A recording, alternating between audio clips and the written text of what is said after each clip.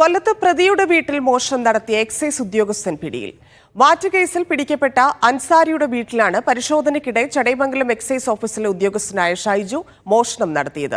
സ്വർണ്ണാഭരണങ്ങളും mobile ഫോണുമാണ് മോഷ്ടിച്ചത്. Lijo Rollins ചേരുന്നു. ലിജോ, സംഭവത്തിന്റെ വിശദാംശങ്ങൾ. തന്നെ ഈ കേസിന് ആസ്പദമായ സംഭവം നടക്കുന്നത് 2023 ഡിസംബർ 1-നാണ്. ആ ദിവസമാണ് ഇത്തരത്തിൽ ഇയാളുടെ വീട്ടിൽ വാറ്റ് ഉണ്ട് എന്നുള്ള വിവരത്തിന്റെ അടിസ്ഥാനത്തിൽ എക്സൈസ് സംഘം അവിടെ പരിശോധനയ്ക്ക് എത്തുന്നത്. പരിശോധനയ്ക്കെത്തിയ എക്സൈസ് സംഘം അൻസാരിയുടെ വീട്ടിൽ നിന്നും വാറ്റും ഉൽപ്പന്നങ്ങൾ ഉൾപ്പെടെ കണ്ടെത്തുകയും ചെയ്തു.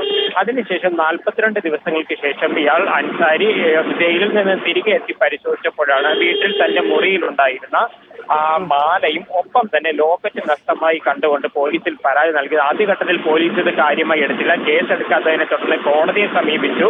കോടതി കേസെടുക്കാൻ നിർദ്ദേശം നൽകി പോലീസിലേക്ക് ഇത് കൈമാറുന്ന സമയത്ത് അത് വീണ്ടും ഇതിൽ ശരിയല്ല എന്ന് പറഞ്ഞ് റിപ്പോർട്ട് കൊടുക്കാൻ തയ്യാറാക്കുന്നതിനിടെയാണ് ഈ മൊബൈൽ ഫോൺ മറ്റൊരു സ്ഥലത്ത് മറ്റൊരു സിം ഇട്ടതായുള്ള വിവരം സൈബർ സെല്ലിൽ ലഭിക്കുന്നത്. അത് പരിശോധിച്ചപ്പോഴാണ് അത് ഈ എക്സൈസ് ഉദ്യോഗസ്ഥനെയാണ് കണ്ടെത്തി.